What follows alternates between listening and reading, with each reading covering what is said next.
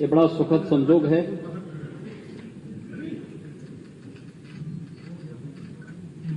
कि आपसे पहले 17 महानुभावों ने इस पद को सुशोभित किया और आप 18वें अध्यक्ष के रूप में देश के सबसे बड़े राज्य के विधानसभा के अध्यक्ष के रूप में आज इस पद पर आसीन हुए हैं।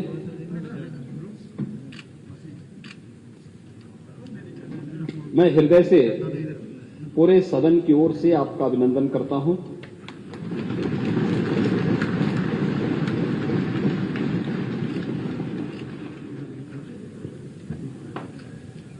हमारे शास्त्र हमें एक बात के लिए प्रेरणा देते हैं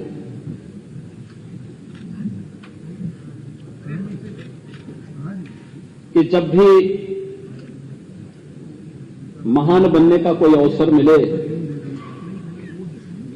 तो हमें इस अवसर से वंचित नहीं होना चाहिए। तैत्तिरीय उपनिषद ने भी कहा है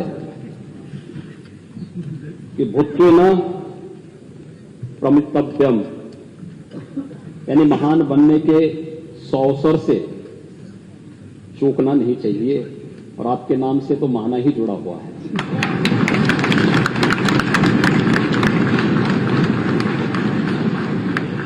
स्वाभाविक रूप से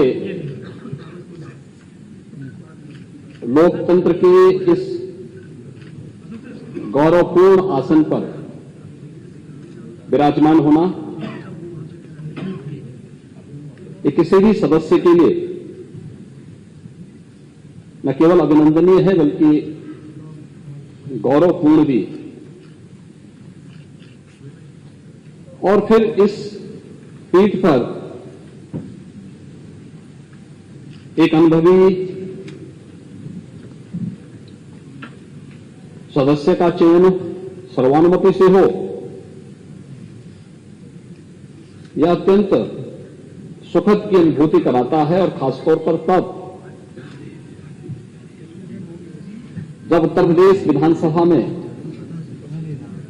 अभी बहुत दिन नहीं हुए हैं, मार्च प्रथम सप्ताह में दोनों ओर से मिसाइलें चल रही थी और उस समय हर व्यक्ति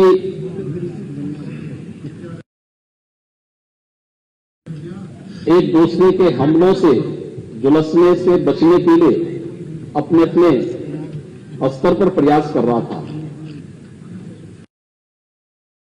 लेकिन ये भारत में ही संभव हो सकता है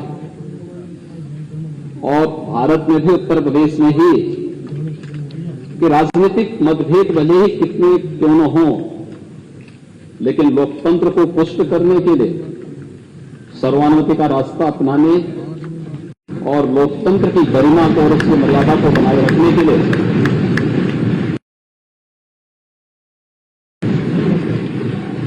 हम मिलकर के इस अभियान को आगे बढ़ाएंगे।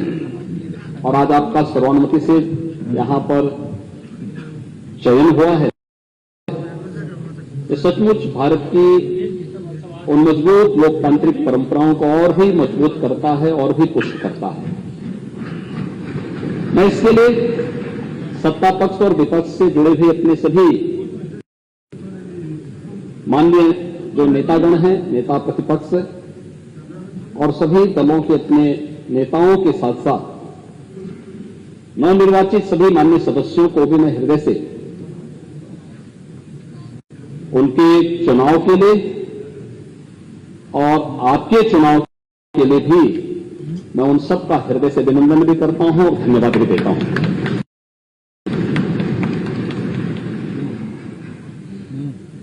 अध्यक्ष जी, जब हम लोग उत्तर प्रदेश विधानसभा की बात करते हैं तो इस विधानसभा के पहले अध्यक्ष के रूप में राजर्षि श्री पुरुषोत्तम दास टंडन जी का नाम आता है। उन जैसे मनुष्यों ने इस सदन की गरिमा को, इसके उच्च संसदीय मर्यादाओं और मानदंडों को स्थापित करने का कार्य किया था। और उसके बाद से श्री आत्माराम गोविंद खैर जी ने 3 बार उत्तर प्रदेश विधानसभा के अध्यक्ष को सुशोभित किया। श्री केसरीनाथ त्रिपाठी जी ने 3 बार उत्तर प्रदेश विधानसभा के गरिमामय पूर्ण पद को सुशोभित किया। और आज जब हम 18वीं विधानसभा में हैं तो इस सदन के वरिष्ठ सदस्य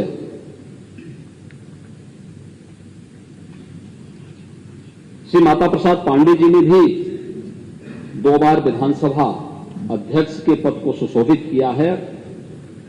आज भी इस सदन के माननीय सदस्य चुने गए हैं।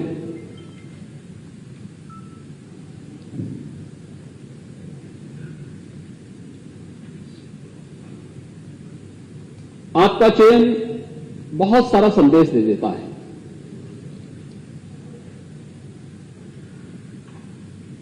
ये संदेश अध्यक्ष पद जैसे गरिमामय पद के लिए तो है ही, हमारी लोकतांत्रिक परंपराओं को पुष्ट और मजबूत करने की दृष्टि से भी महत्वपूर्ण है। और उससे भी महत्वपूर्ण कि लोकतंत्र के जो 2 पहिए हैं, एक सत्ता पक्ष है, एक विपक्ष है, दोनों मिलकर के उत्तर प्रदेश की 25 करोड़ जनता के सर्वांगीण विकास के कार्यों को भी एक नई ऊंचाई तक पहुंचा करके नए भारत का नया उत्तर प्रदेश बनाने में अपना योगदान दे सकते हैं। और यह संदेश उत्तर प्रदेश की कोटि-कोटि जनमानस के बीच में एक बहुत सकारात्मक संदेश देता है। हमने अभी मार्च प्रथम सप्ताह तक चुनाव के दौरान देखा, एक दूसरे पर आरोप प्रत्यारोप आक्षेप और बयानबाजियों का जो दौर चलता रहा, हर दल अपने अनुसार करता था। लेकिन एक चीज है जो हम देश के अंदर भी देखते हैं, उत्तर प्रदेश के अंदर भी देखते हैं, जनता कभी नकारात्मकता को स्वीकार नहीं करती, कभी नहीं। नकारात्मकता के लिए उसके हृदय में कोई स्थान है ही नहीं। जो सकारात्मक होगा, जो प्रगतिशील होगा, जो लोक कल्याण का कारक होगा, जनता उसी को अंगीकार करती है। जो नकारात्मक होगा, हमारे समाज ने, हमारे देश ने कभी भी नकारात्मकता को कभी भी कोई महत्व नहीं दिया। नकारात्मकता जीवन में कभी प्रगति नहीं कर सकती है। सकारात्मकता से ही हम न केवल प्रगति के मार्ग को आगे बढ़ा सकते हैं, बल्कि सकारात्मकता के भाव से ही लोक कल्याण का मार्ग भी प्रशस्त कर सकते हैं। और आज जब देश की अपेक्षाएं उत्तर प्रदेश जैसे राज्य से हो, हर एक क्षेत्र में हो, दुनिया जब अपने द्वंद्व में उलझी हुई हो, उन स्थितियों में भारत से जो अपेक्षाएं हैं, भारत उस प्रकार की अपेक्षाएं उत्तर प्रदेश से रखता है। और उत्तर प्रदेश को उन अपेक्षाओं पर खरा उतरने के लिए अपने आप को तैयार करना है। और लोकतांत्रिक व्यवस्था में जब सत्ता पक्ष और विपक्ष मिलकर के एक साथ मिलकर के इस अभियान का सहभागी बनता है, तो 1 और 1 2 नहीं होता, बल्कि वह मिलकर के 11 की ताकत बनकर के मजबूती के साथ लोकतंत्र की इस व्यवस्था को न केवल पुष्ट करता है, बल्कि इसे और भी मजबूती के साथ आगे बढ़ाने का कार्य करता है। उन जन आकांक्षाओं की पूर्ति करने का माध्यम बनता है। जिसके लिए आम जनमानस ने हमारी इन सभी जनप्रतिनिधियों पर विश्वास किया है।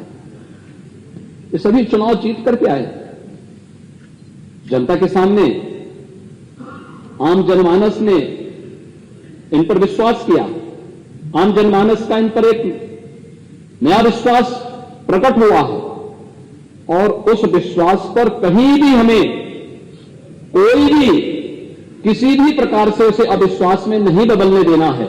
यह हमारा लक्ष्य होना चाहिए और इस दिशा में प्रयास की शुरुआत कल से मैं देख रहा हूं। माननीय सदस्यों ने शपथ ग्रहण किया।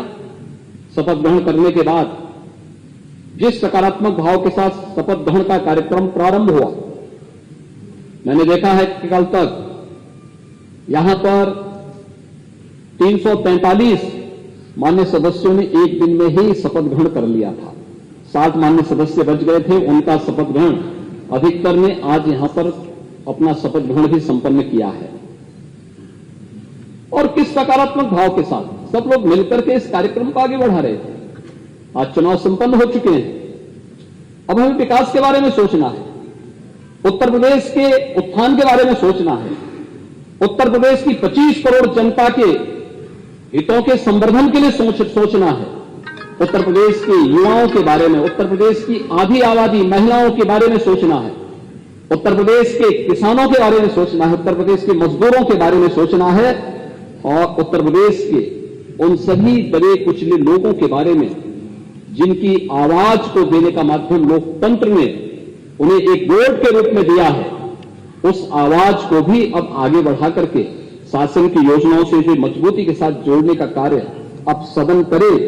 इस विश्वास के साथ उसका एक प्रतिरूप आज विधानसभा अध्यक्ष के रूप में सर्वसम्मति से आपके चयन की इस प्रक्रिया का होना इस बात को मजबूती से और मजबूत करता है कि हम सब मिलकर के इस सदन की उच्च मर्यादाओं को, उच्च परंपराओं को आगे बढ़ाने का कार्य करेंगे और आज आपका चयन उसका एक उदाहरण भी है। देश के अंदर विभिन्न विधानसभाएं, उत्तर प्रदेश की विधानसभा के अंदर क्या कुछ हो रहा है इसको बहुत नजदीक से देखती है। मुझे याद है जब पिछले कालखंड, पिछले 17वीं विधानसभा में इस सदी की सबसे बड़ी महामारी के दौरान हम लोगों ने विधानसभा के सत्र को यहां पे संचालित करने का निर्णय लिया। बहुत सारे प्रश्न उठ रहे थे कि कोरोना में सदन चलाना क्या आवश्यक है। हम लोगों ने कहा देखिए संवैधानिक बाध्यताएं हैं और विधायी कुछ कार्य संपन्न होने आवश्यक है, इस दृष्टि से हम लोग उसकी कोई व्यवस्था देने जा रहे हैं। हम लोगों का सत्र बहुत संक्षिप्त सत्र था, लेकिन सत्र कैसे हमने संचालित किया है, विभिन्न राज्यों से मेरे पास फोन आते थे कि कैसे आपने सदन का संचालन किया, कैसे इस कार्यक्रम को आगे बढ़ाया। और 17वीं विधानसभा तो इस मामले में बहुत रिच रही है कि उसने बहुत सारे ऐसे कार्य किए जो वास्तव में कार्यकाल 17वीं विधानसभा में सरकार को भी, माननीय सदस्यों को भी 3 वर्ष का ही कार्यकाल का एक अवसर प्राप्त हुआ था। 2 वर्ष कोरोना जैसी महामारी से जूझते हुए व्यतीत हुए, लेकिन उन 3 वर्षों में भी पहली बार सस्टेनेबल डेवलपमेंट गोल्स पर सदन में चर्चा हो सके और लगातार 36 घंटे तक चर्चा चल सके। शिक्षा के क्षेत्र में, स्वास्थ्य के क्षेत्र में, गरीबी उन्मूलन के क्षेत्र में, अन्नदाता किसानों के लिए, पर्यावरण के लिए कैसे हम उस विकास की प्रक्रिया को सतत बढ़ाने के लिए कार्य कर सकेंगे, इस पर चर्चा होती। इस पर इसी सदन में राष्ट्रपिता महात्मा गांधी की 150वीं जन्म जयंती के अवसर पर लगातार 36 घंटे तक हमारे सदन का चलना माननीय सदस्यों के मन में आम जनमानस के प्रति बसी व भावना को प्रदर्शित करने का एक माध्यम बना था।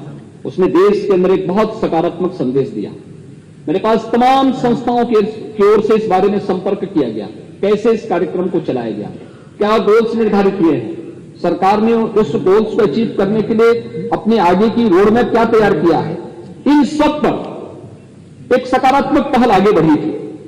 यही सदन था जब हम लोगों ने 2019 में इसी सदन में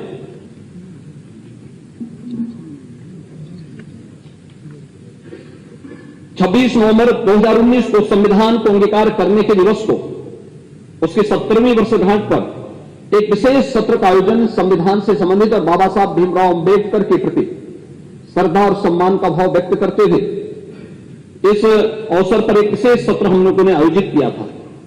और तीसरा विशेष सत्र भी आयोजित हुआ था जब 31 दिसंबर 2019 को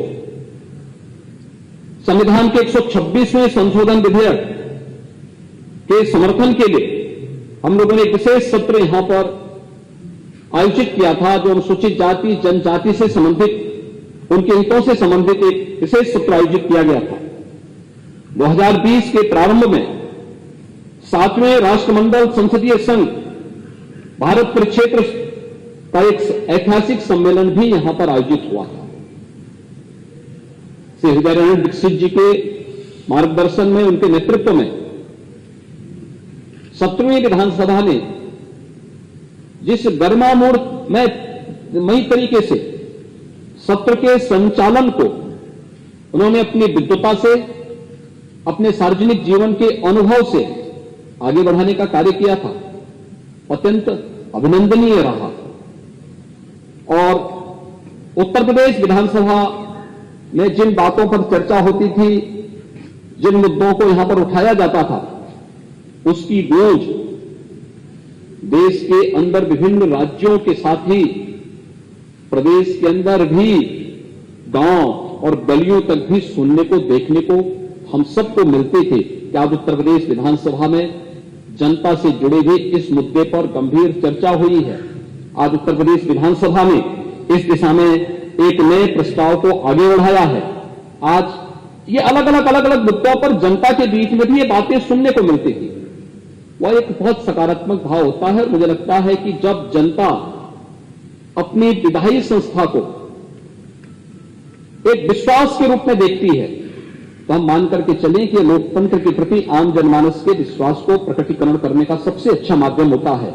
और लोकतंत्र के प्रति आम जनमानस का विश्वास लोकतंत्र को सबसे ज्यादा मजबूती दे सकता है, और उस मजबूती का आधार हमें इस सदन को बनाना ही होगा। इस दिशा से आज आपका चयन हुआ है।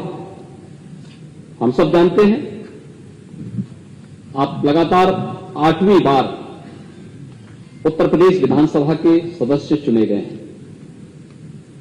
आपके पास सार्वजनिक जीवन का एक लंबा अनुभव है।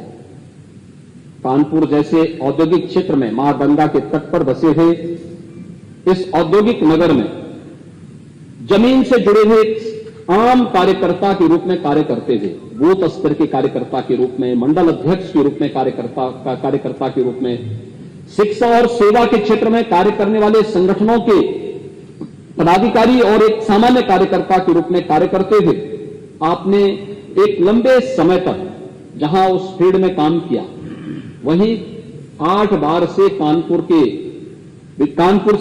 कानपुर महानगर से विधायक के रूप में आपका चयन आज इस सदन में होता रहा है। आपने विभिन्न सरकारों में भी अलग अलग मंत्री पद का दायित्वों का निर्वहन किया और कुशलतापूर्वक अपने नेतृत्व क्षमता का, अपनी प्रशासनिक क्षमता का, अपनी आम जनमानस के प्रति अपनी संवेदनाओं को प्रदर्शित भी किया है। वह आपके द्वारा लिए गए निर्णयों के आधार पर, आपके द्वारा किए गए कार्यों के माध्यम से बार बार एक सदस्य का एक क्षेत्र से चुनाव जाना, यह और वह भी तब जब दुर्भाग्य से जातिवाद की, उस राजनीति की उस आंधी में एक व्यक्ति जिसकी अपनी कोई जाति न हो, जिसकी अपनी जातीय पहचान न हो, जिसने अपने जन्म के साथ ही पैतृक रूप से महाना शब्द जोड़ करके अपने को कहा कि भैया हम तो सेवा करते करते महान हैं, इसलिए हम तो केवल राष्ट्रवाद, सुशासन, विकास और गरीब कल्याण के इस अभियान के साथ जोड़ करके अपने इस कार्यक्रम को आगे बढ़ाएंगे। और लगातार जनता का एक विश्वास अर्जित करना। एक चुनाव हो सकता है, 2 चुनाव हो सकते हैं, तीसरा भी चल सकता है, लेकिन बार बार चुना जाना, अच्छे वोटों से चुना जाना, हर बार मत का प्रतिशत बढ़ जाना, एक बहुत सकारात्मक संदेश है। और पिछली सरकार में मुझे उस सरकार को भी नेतृत्व देने का सौभाग्य प्राप्त हुआ था।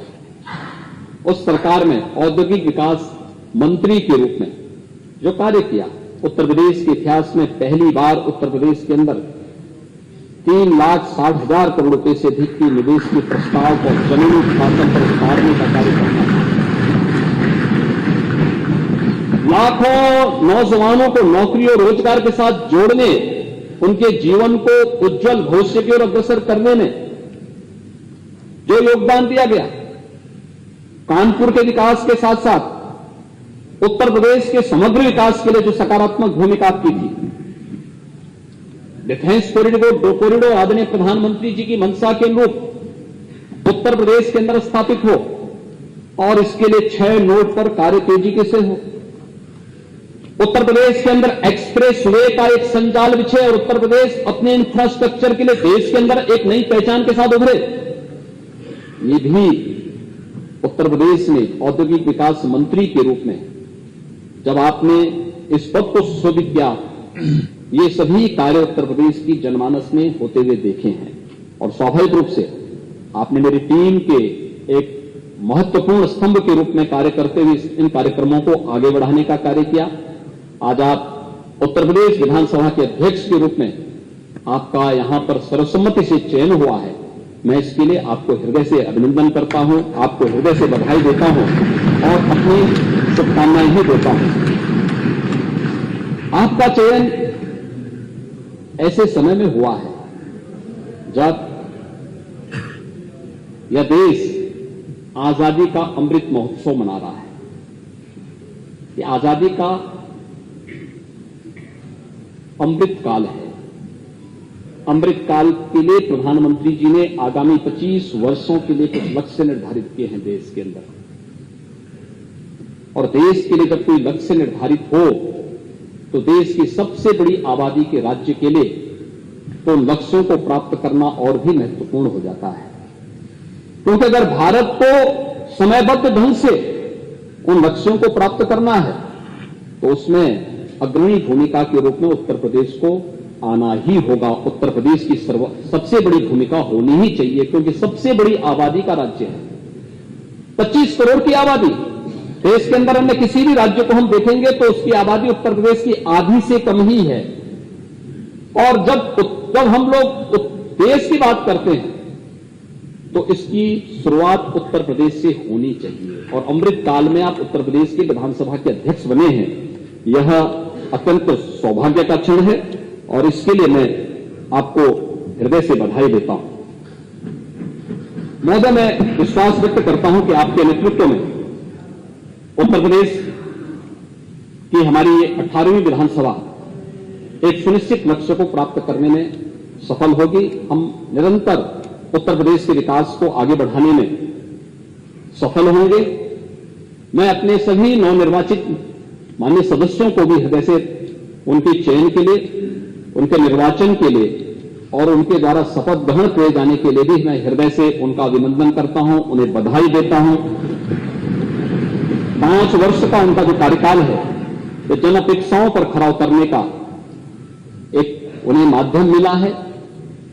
अगर शासन की योजनाओं को समयबद्ध ढंग से वे आम जनमानस तक पहुंचाने में सफल होंगे तो आपकी तरह वे भी बार बार चुने जाएंगे और इन्हीं में से कोई सदस्य एक दिन उस पद को सुशोभित करके फिर से अध्यक्ष पद को आगे बढ़ाने का कार्य करेगा। ये जानने का, सीखने का, क्योंकि सदन की परंपराएं तो हम लोग परंपरागत रूप से आगे बढ़ाते हैं। जो कुछ भी हम सीखते हैं, जानते हैं, संसदीय कार्यों के माध्यम से जो कुछ भी अनुभव हमारे सामने आता है वही परंपराएं आगे बढ़ती हैं और सदन की परंपराएं इसी रूप में आगे बढ़ती रहेंगी।